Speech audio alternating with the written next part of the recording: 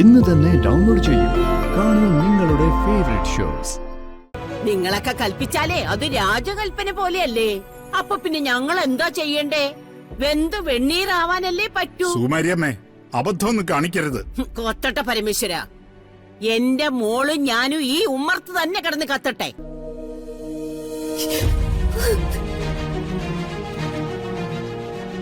എന്നിട്ട് ആളുകൾ ഓടിക്കൂടട്ടെ. കാരണം അന്വേഷിച്ച് ടി വിക്കാരൊക്കെ വരുമല്ലോ.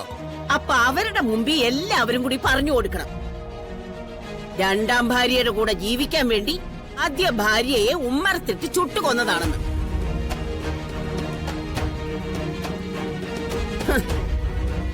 അപ്പൊ വരും പോലീസുകാരും. അവര് ചോദിക്കും നിങ്ങളോട് ന്യായോ നിയമോ ഒക്കെ.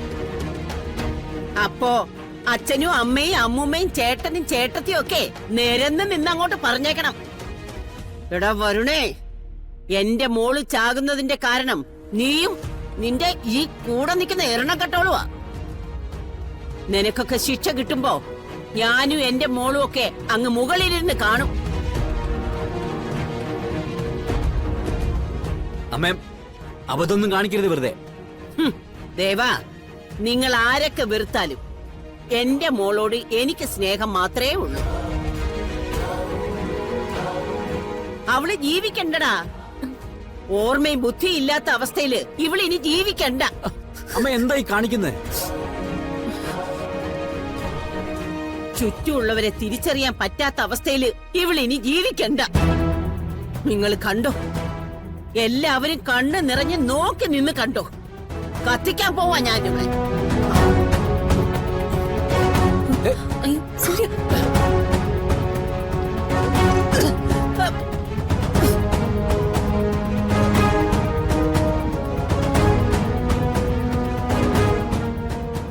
ഇവിടെ ഇതൊന്നും ചെയ്യാൻ പറ്റില്ല. ഈ കുടുംബം ഇല്ലാതാക്കാൻ ഞാൻ ആരെയും സമ്മതിക്കില്ല.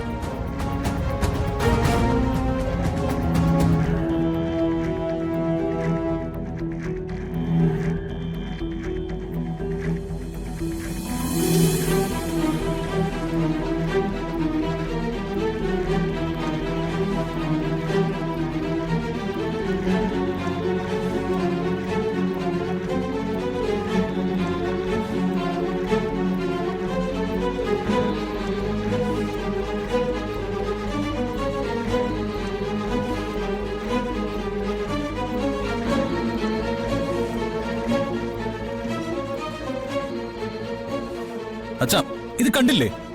ഇതേ ഇവര് രണ്ടുപേരും കൂടെ പ്ലാൻ ചെയ്ത് വന്നത് തന്നെയാ. അല്ലെങ്കിൽ എങ്ങനെയാ ഇപ്പൊ പ്രിയങ്ക അകത്തേക്ക് കയറി പോകുന്നത്?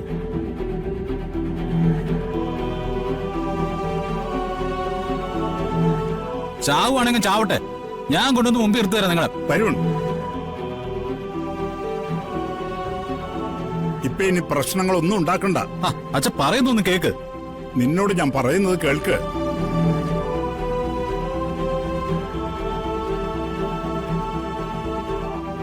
അവർക്ക് കത്തിത്തീരാൻ എളുപ്പമാ, പക്ഷേ അതോടൊപ്പം അവര് കത്തിക്കുന്നത് കണിമംഗലത്തിന്റെ അഭിമാനം കൂടിയാ.